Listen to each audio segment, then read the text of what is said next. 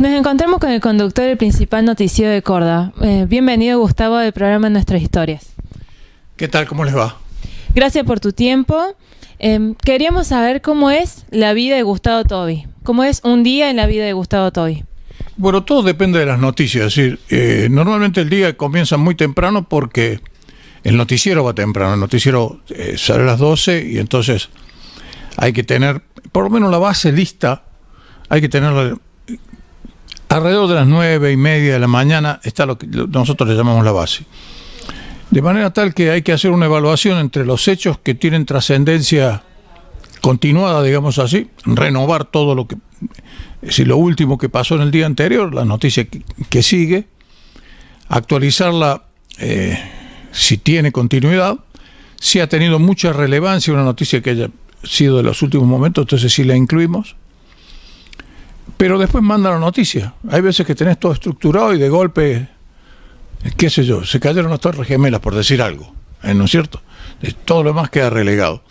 De manera tal que eso es una base y después hay que tener en cuenta que en Córdoba, al igual que en el país y en otros lugares del mundo, las noticias fuertes comienzan a producirse de las 10:30 de la mañana en adelante, de manera tal que muchas de las cosas que acontecen están aconteciendo mientras el noticiero está en el aire, de manera tal que es un cambio permanente.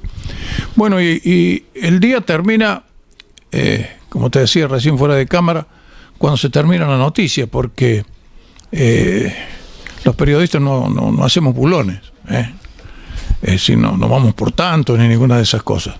Hay un horario determinado, mi horario es matutino, pero eso no implica que, por ejemplo, producida la noticia de la designación de Pichetto como candidato a vicepresidente de la Nación, eran las 5:30 de la tarde, me viene urgente acá porque, aunque yo no salgo en Telenoche,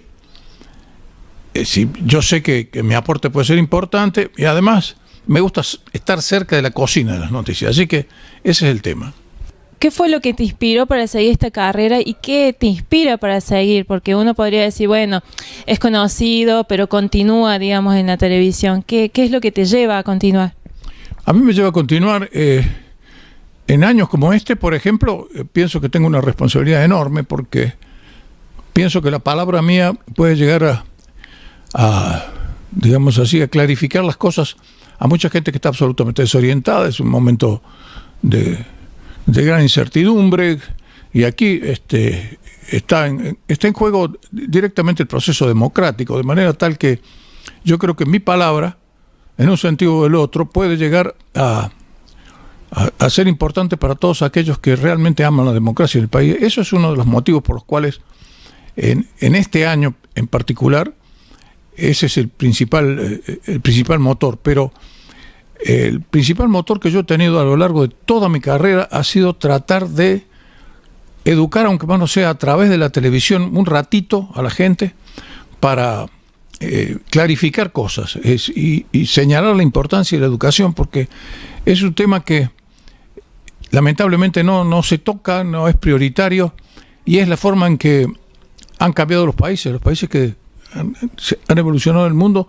Lo primero que han hecho ha sido cambiar la educación, porque si no cambias la educación, tenés procesos dictatoriales, tenés teocracias como las que existen, muchas de ellas en el Medio Oriente, y pensamientos únicos, y todo eso es algo consecuencia de la falta de educación de la gente. Es decir, un pueblo bien educado es imposible que sea dominado por cualquier autócrata. Ese es el tema. Eso es lo que he tratado siempre, y sobre todo poner sobre la mesa los problemas básicos, porque como falta de educación, hay falta de preparación para el trabajo. Al haber falta de preparación del trabajo hay pobreza, al haber pobreza hay falta de vivienda, al haber falta de vivienda y falta de trabajo hay delincuencia.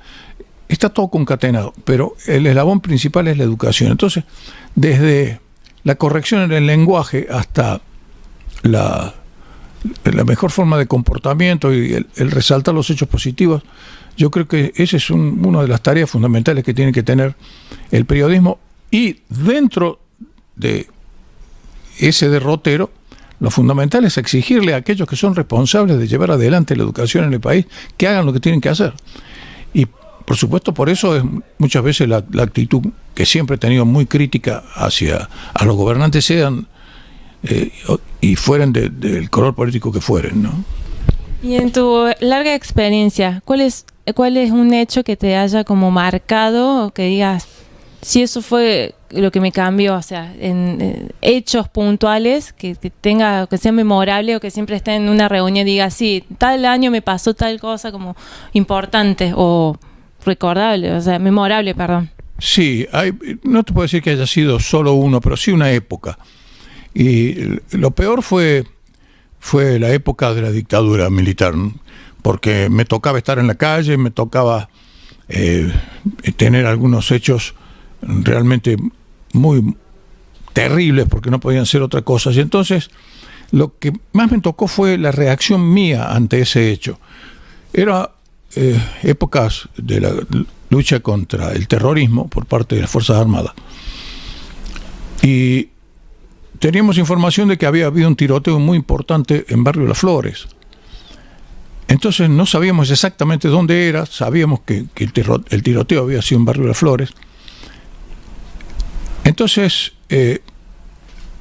cada vez que se producía un procedimiento de esas características, los militares hacían que la gente cerrara las puertas, así que nadie sabía exactamente dónde era. Y yo llegué a ese lugar por el olor a sangre.